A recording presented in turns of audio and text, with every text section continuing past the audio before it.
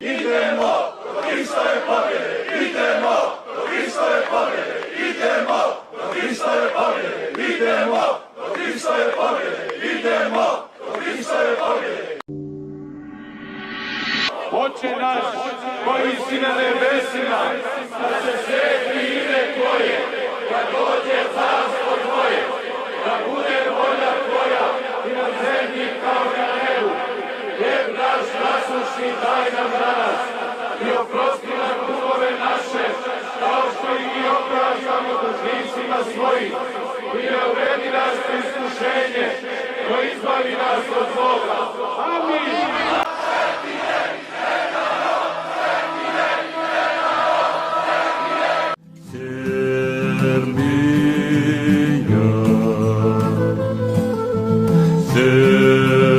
Srbija,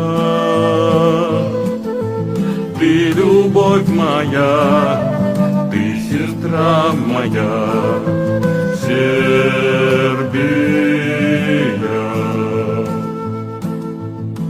красотой чудна. Danas se zavjetujemo i zaklinjemo da ćemo čuvati, obnavljati, braniti svoje svetinje, živote naših svetitelja, crkve, manastire, groblja, grobove naših predaka. Tako nam Bog ljubavi, Sveti Petar Cetinski, Sveti Vasilije Ostroški pomogli. Amin!